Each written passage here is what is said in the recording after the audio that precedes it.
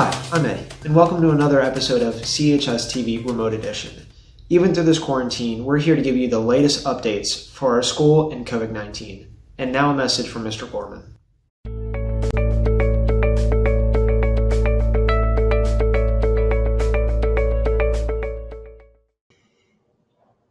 Good morning, Cinnamons and Pirates. I hope this message finds you and your family well. As part of our ongoing online environment, we would like to try and find out some specifics about your individual experience. In your email on Monday, you will find a link to a survey aimed at getting those details. We will be sending a version of this survey to our students and a slightly different version to our parents. Your answers will be anonymous unless you indicate your name at the end. Please consider participating so that we can use that information to guide our continued decision-making process. Last night, I sent out a video summarizing the change of calendar based upon a return to the building on May 18th. I hope that calendar sheds some light on our plans for the future and events for the rest of the year.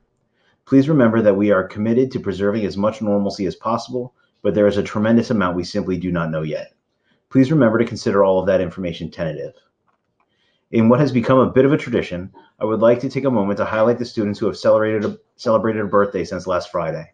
Happy birthday to Coleman Bastian, Russell Rivers, Aaron Torek, Jim Schneeman, Kira Theis, David Campbell, Zachary Wong, Francis Kirshner, Maura McMullen, Eric Resch, Ellison Bailey, Russell Dodaza, Seamus Mahoney, Grace McCarran, Adriana Pellegrino, Kaylee Portella, Daniel Terrafe, Cameron Smith, Celeste Edwards, William Frosso, and Sean Ruffin.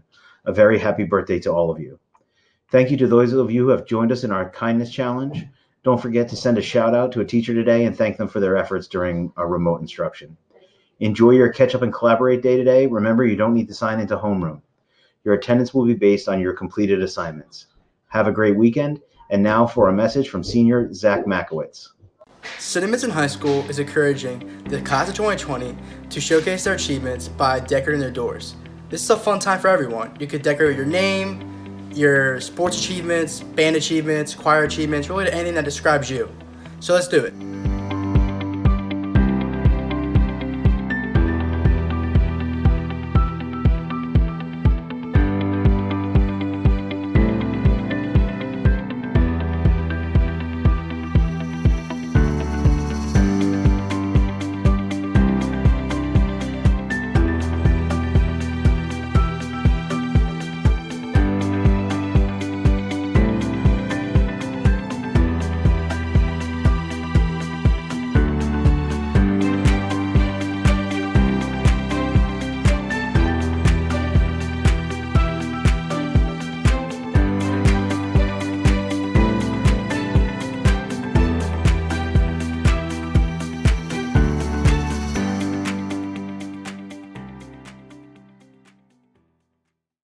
Hey, I'm Eddie, and this week we have a special video from our 2020 class advisors, Miss Leitz and Mr. Campbell. Take a look.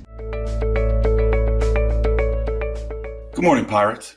Good to see you again. For everybody who was worried, yes, I still have those sunglasses, but don't worry, I'm not going to wear them inside this time. So again, there are 3 exciting things we're doing for the class of 2020. We'd love to have as many people being as involved as possible. Number 1, CHS Decides. Send us the information about your college, your workforce, or your military choices, and we'll push it out and share it out on all of those social media platforms. Number 2 is the Decorate Your Door to celebrate your time at CHS. The next thing I want to tell you about is what we're going to call New Face Who Dis. So in a way to bring the community together and have a little fun, we're going to ask the seniors to send in any picture from K through 8, a class trip, a promotion event, a pride day, anything you want that is a cool picture of you from K to 8th grade. Teachers, we're going to ask you to give us any pic from your time in high school, if you're lucky enough to have them. Then what we'll do is in the New Face Who Dis competition, via all the social media, especially the CHS TV Instagram, we will post those pictures and let people guess who they are. We'll do that probably Monday, Wednesday, and Friday, alternating between kids and teachers. And the results of who was who and who voted for what will be announced on that coming Friday. Please take a picture of those, email them to myself or Mrs. Leitz, and then we will slowly but surely start to push them out on all our available social media, much like we've already seen us doing with the CHS Decides.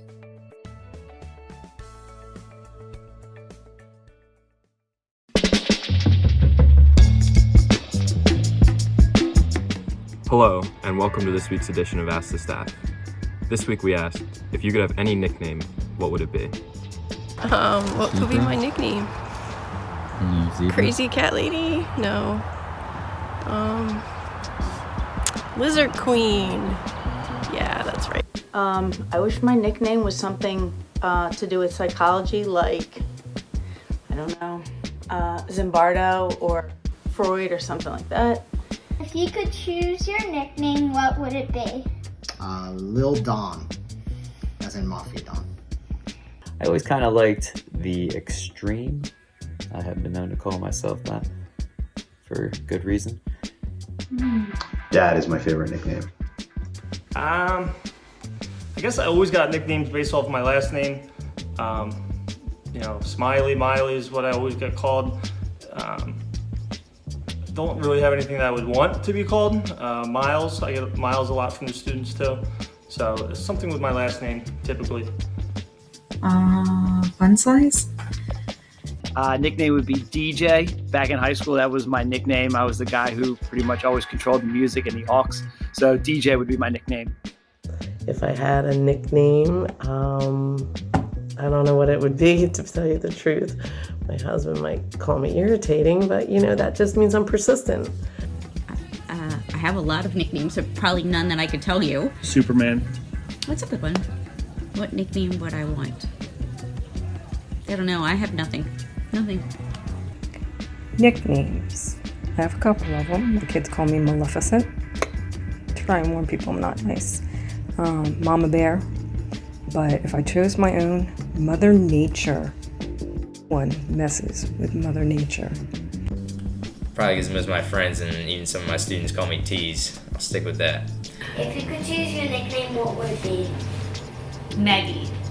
I tend to be a giver of nicknames, not a receiver. So I will leave that up to Mr. McGee, perhaps. I don't know. I know Mr. Wilson calls me NBC Jen, so I guess, I don't know, is that close to a nickname? My nickname would definitely be Foop. Now we'll go to Maddie for the weekly report.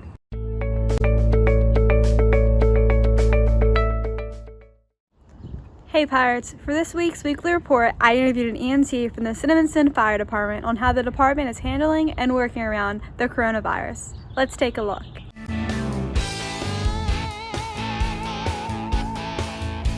On every EMS call, the bare minimum that we wear in order to protect ourselves in general would be gloves. Gloves protect us from any kind of fluid that we see, blood, things of that nature, so we always want to make sure that we have gloves on so that way we don't transmit it anywhere. With COVID going around, there are a couple more complex items that we wear in order to protect ourselves from either getting COVID or the spread of it. Besides gloves, the first things that we wear are our N95 masks. These are just placed right over our nose and in our mouth in order to protect us from breathing in anything bad that we should. 95 masks protect us from 95% of bad things in the air, which is actually pretty good. So that way we don't actually inhale anything. Over top the N95 mask, I personally like to have a cloth mask over it. It just helps preserve the mask a little bit longer, considering that a lot of departments are struggling with having to obtain a lot of PPE. It just makes it better. If it's not soiled or anything, why waste it? Because I wear glasses, I also wear goggles, and that's my added eye protection. You'll see a lot of people who wear just regular safety glasses. That works for them, but for me personally, these goggles are the best thing, even though I look like a mad scientist.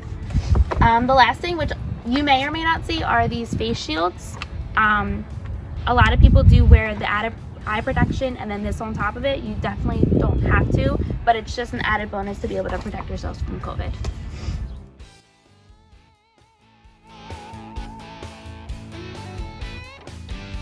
Upon arrival on EMS calls, we get notified if a patient is suspected to have COVID, or if they're positive for COVID, or if they're just experiencing flu-like symptoms. So they usually try to tell us ahead of time, which gives us enough time to be able to put our PPE on. In the event that we know we're walking into a pretty dangerous zone nowadays, we try to limit our exposure to one provider. So I would go in first kind of make patient contact, and my partner would stay inside unless I needed them. That way, instead of both of us being exposed, only one of us is directly with the patient.